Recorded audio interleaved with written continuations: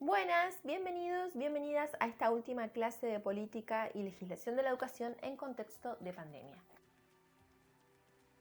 En la clase de hoy, nuestra última clase de la cursada, vamos a trabajar con la Ley de Educación Nacional, la Ley 26.206/06, sancionada justamente en el 2006 y que es la que nos rige hasta el día de hoy en la actualidad. Así que digamos que es una ley importante para conocer cuáles son las reglamentaciones actuales vinculadas a la educación. Antes que nada quiero hacer el acuerdo, quiero advertir básicamente que este video va a ser largo y que quizás esté dividido en una primera parte donde vamos a ver el contexto de la época, que es bastante importante para que conozcamos algunas situaciones de corte político-económico del 2006 e incluso desde antes, porque estamos haciendo un salto en años que es bastante grande. Y en un segundo lugar vamos a trabajar justamente con el gran articulado de la ley, porque es una ley larga, es una ley que tiene muchos ítems a destacar, para el cual nos vamos a valer también con el texto de Nosiglia y Miriam Felfeber, que hablan acerca de la organización de la Ley de Educación Nacional y de su contexto. Así que bueno, vayan a prepararse un matecito, vayan a organizarse, a ponerse cómodas, a tomar apuntes, así que bueno, empezamos. Vamos a empezar con algunas cuestiones básicas. La Ley de Educación Nacional, acá tengo al lado mi compu con algunas presentaciones, todo esto después también va a estar en el aula. Básicamente es una ley que se sanciona justamente durante el gobierno de Néstor Kirchner. Si ustedes no recuerdan quién es Néstor Kirchner, él asumió en el 2003 en medio de, la recomposición de una crisis enorme. Si no se acuerdan quién es, acá va. Yo, Néstor Carlos Kirchner, juro por Dios, nuestro Señor y estos santos evangelios, desempeñar con lealtad y patriotismo el cargo de presidente de la Nación y hacer observar fielmente la Constitución de la Nación Argentina. Si así no lo hicieren, Dios y la patria me lo demanden.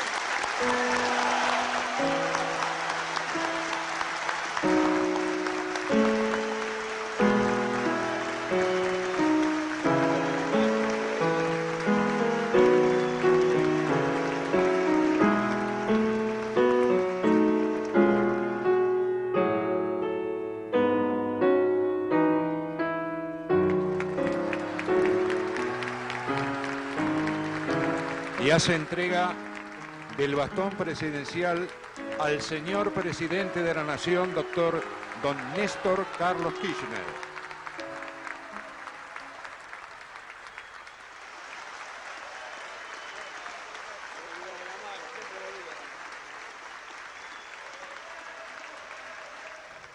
Los argentinos queremos... Esta crisis que había detonado básicamente en el 2001 y a lo largo del 2002, que son, los efectos del neoliberalismo que se había empezado a aplicar desde la dictadura militar con su mayor auge en los 90, con las privatizaciones, los recortes, la flexibilización laboral, la inflación y el desempleo, que había sido como una olla a presión que estalló en el 2001 y que básicamente generó el grado más alto de pobreza, de precarización laboral, que es un escenario básicamente que nosotros pudimos trabajar en historia de la educación. Me está moviendo el trípode mi gata. Ahí se fue. Bien. Digamos que la recomposición no es de un día para el otro. Ustedes se acordarán de 5 presidentes en una semana, la renuncia de la Rúa, el que depositó dólares recibirá dólares. Así que venimos de ese contexto bastante caldeado en el cual nuevamente Carlos Menem se presenta a las elecciones. Señor, ¿qué hace?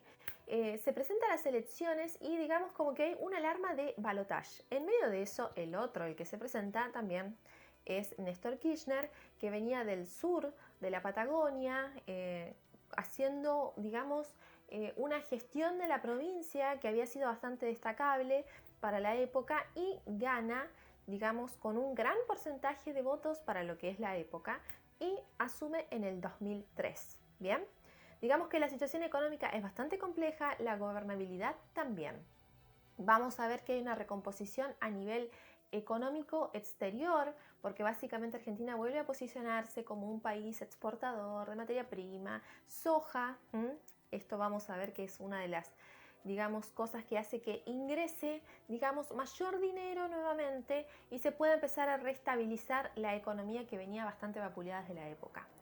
Digamos que todas las medidas, podríamos decir, del gobierno de Néstor Kirchner, por lo menos vamos a hablar en esta primera etapa, son entendidas, digamos, desde un lugar similar, no igual, no idéntico, no total, a medidas de políticas de un estado de bienestar, básicamente. Hay un corrimiento de la mirada neoliberal, hay rupturas, pero también hay continuidades, básicamente, y es importante que conozcamos, digamos, cómo es el marco político general de la época para que podamos ver cómo eso va impactando en lo educativo plenamente.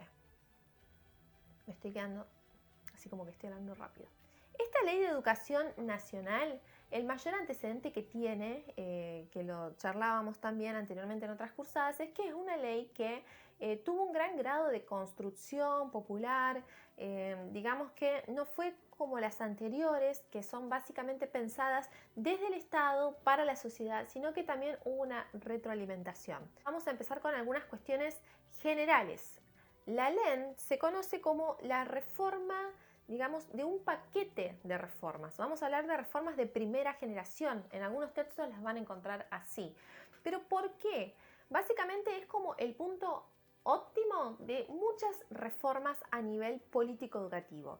Preceden a la LEN otras leyes, que son la Ley de Educación Técnico Profesional 26.078, lo voy a leer, la Ley de Financiamiento Educativo 26.075 y también se le entiende a la LEN como el precedente de la Ley de Educación Sexual Integral 26.150 que se sancionará meses después de la LEN.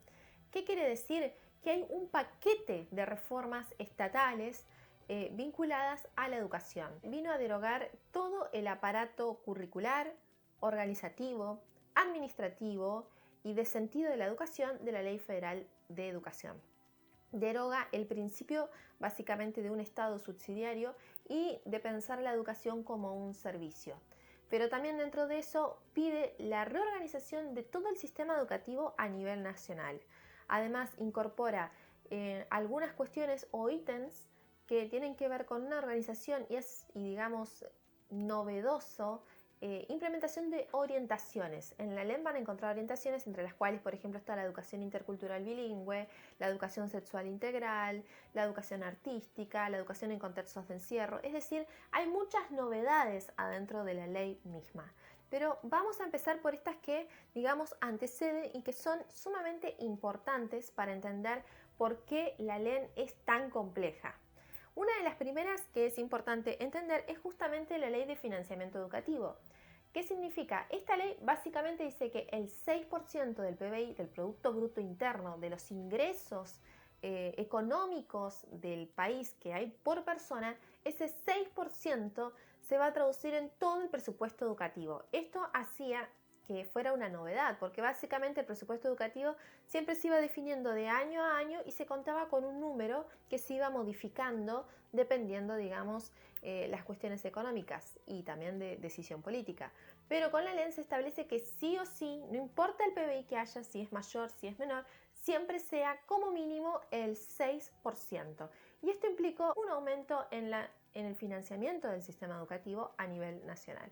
Otra cuestión que critica justamente la LEN es la idea de fragmentación del sistema educativo, por lo cual vamos a tener una ley de homologación, es decir, que todos los planes de estudio de todo el país, que cada provincia había hecho básicamente lo que podía con su sistema educativo, tienen que asimilarse a este patrón de nivel inicial, sala de 4, sala de 5, nivel primario, 6 años, nivel secundario, 6 o 5 años, dependiendo si era una escuela técnica o un bachiller.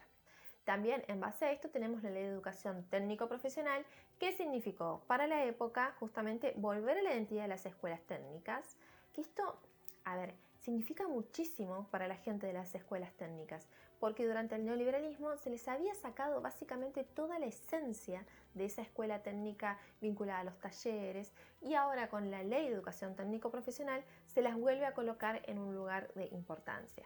Y como dije anteriormente, también la LEN se la entiende como el precedente de la Ley de Educación Sexual Integral, sancionada en el mismo año, que establece en un articulado la necesidad de que se enseñe en todo el sistema educativo acerca de educación sexual integral con perspectiva de género.